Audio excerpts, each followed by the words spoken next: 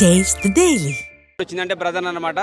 So ఎండింగ్కి అయితే climax అయితే అదిరిపోద్ది భయ్య. టోటల్ ట్విస్ట్లన్నీ మైండ్లో తిరిగితే మనకు ఓహో ఈ రేంజ్లో ఉందా అనిపిస్తుంది. ఎండింగ్లో కిల్ మీ అని ఒక టైటిల్ వేసేసారు.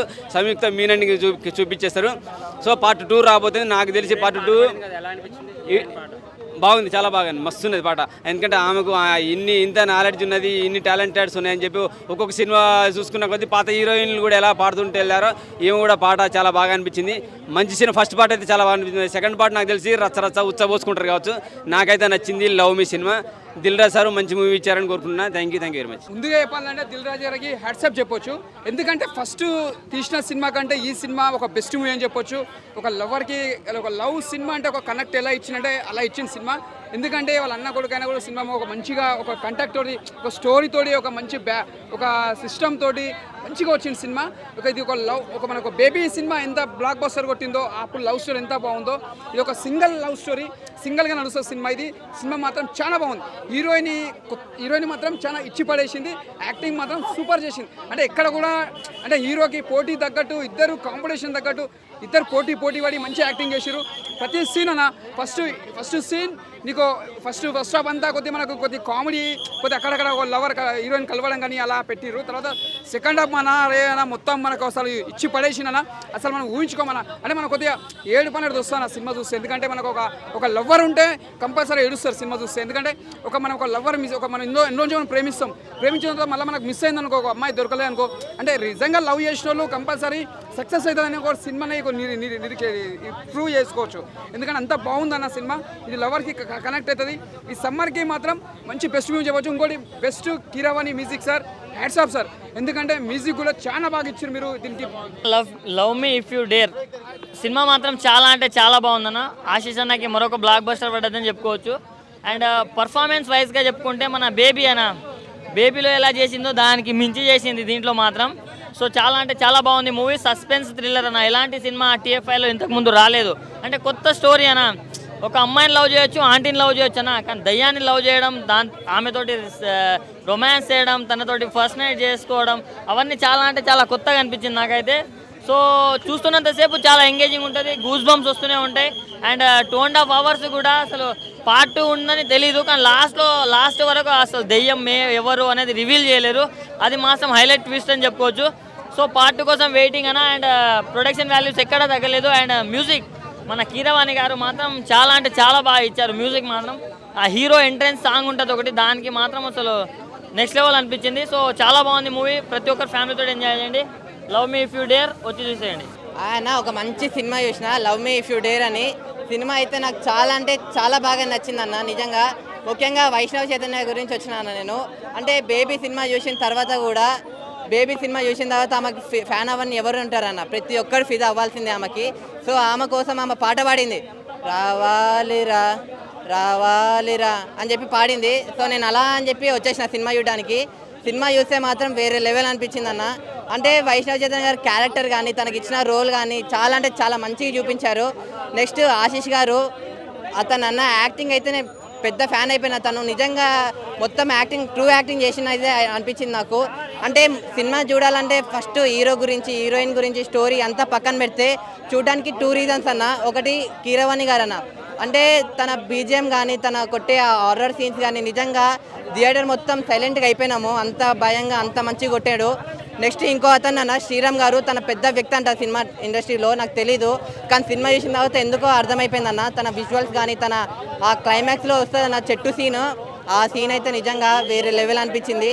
చాలా అంటే చాలా బాగుందన్న.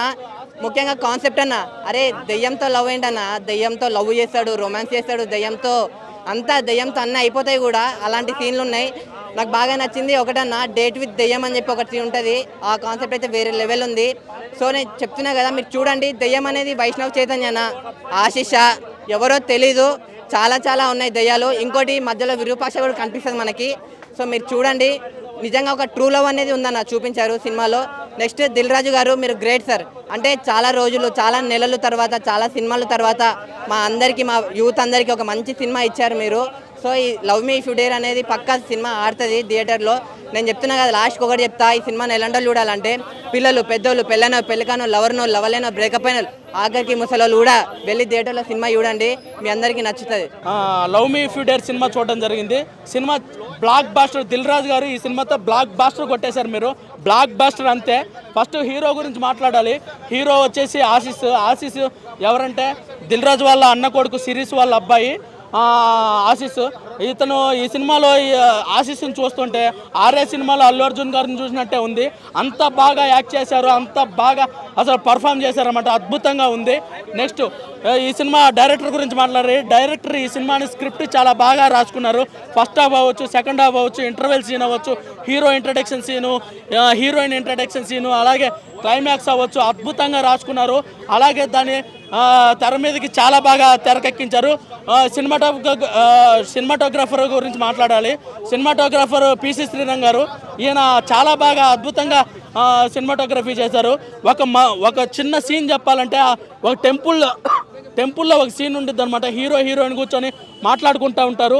ఆ ఒక్క సీన్ గురించి ఆ ఒక్క సీన్ చూస్తే మీకు తెలిసిపోద్ది పిసి శ్రీరంగ్ గారు ఎంత మంచిగా సినిమాటోగ్రఫీ చేశారో. నెక్స్ట్ కీరవాణి గారి గురించి మాట్లాడాలి. కీరవాణి గారు ఆస్కార్ అవార్డు ఊరికనే రాదు. కీరవాణి గారు ఆస్కార్ అవార్డు విన్నరు. దానికి బ్యాక్గ్రౌండ్ మ్యూజిక్ అందించిన విధానం అవ్వచ్చు. బ్యాక్గ్రౌండ్ మ్యూజిక్ గురించి చెప్పాలంటే అద్భుతంగా బ్యాక్గ్రౌండ్ మ్యూజిక్ ఇచ్చారు ఎంఎం కీరవాణి గారు. ఒక చిన్న సీన్ చెప్పాలంటే హీరో బంగ్లాలోకి ఎంటర్ అయ్యే సీన్ ఉంటుంది అన్నమాట. ఆ సీన్కి అయితే ఆ ఒక్క సీన్ గురించి చెప్తే చాలు కీరవాణి గారు ఎంత బాగా బ్యాక్గ్రౌండ్ మ్యూజిక్ అందించారని చెప్పడానికి.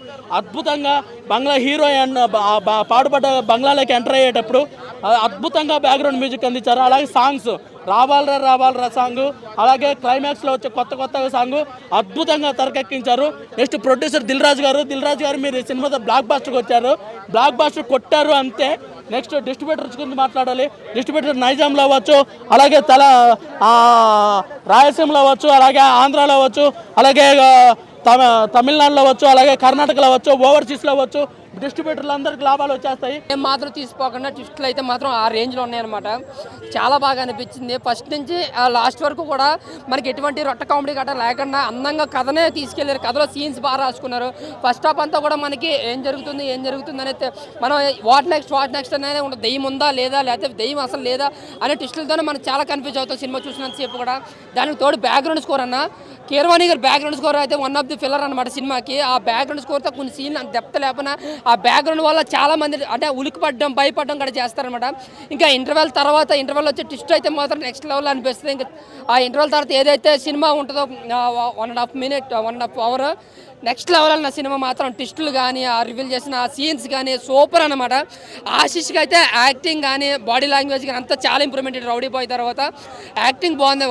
వైష్ణవి యాక్టింగ్ అయితే బేబీ తర్వాత ఇది బ్లాక్ బస్టర్ మూవీ అన్న బేబీకి అయితే మాత్రం. సో అందులో కూడా ఏం యాక్టింగ్ అంతకన్నా డబుల్ యాక్టింగ్ చేసింది ఇందులో. కీరవాణి గారికి డైరెక్షన్ కోసం మాట్లాడుకుంటే డైరెక్షన్ అయితే మాత్రం రాసుకున్న కథనం కూడా చాలా కొత్తగా అనిపించింది. కథ కూడా చాలా కొత్తగా అనిపించింది. దెయ్యం అంటే ఎవరో చనిపోవడం, దెయ్యం అవడం, మన ముందుకు రావడం, అల్లిపించడం ఇటువంటివి కాదు. అలా దెయ్యం ఉందా లేదా అనేది మీరు సినిమాలో చూడాలి. కథ అయితే చాలా రివీల్ చేయట్లేదు. కథ అయితే చాలా కొత్తగా ఉంది. నటీల విషయానికి వస్తే ఆశీష్ సూపర్గా యాక్ట్ చేశాడు. ఆ వైష్ణవి అయితే యాక్టింగ్ చాలా బాగుంది, చాలా ఇంప్రూవ్మెంట్ చూపించింది.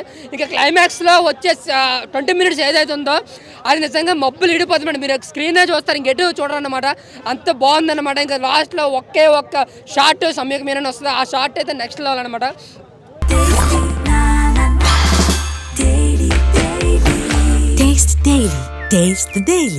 Hey all, నేను మీ సుమంత్ని. Please subscribe to India Glitz Telugu. Hi, this is Ravinder. Please subscribe India Glitz Telugu. Hi guys, నేను మీ వర్షిని. Please do subscribe to India Glitz Telugu. Hi, this is Nirupam. Please subscribe to India Glitz Telugu. Hi viewers, నేను మీ Shashank. Please subscribe to India Glitz Telugu. Hello guys, నేను మీ Annie. Please do subscribe to India Glitz Telugu.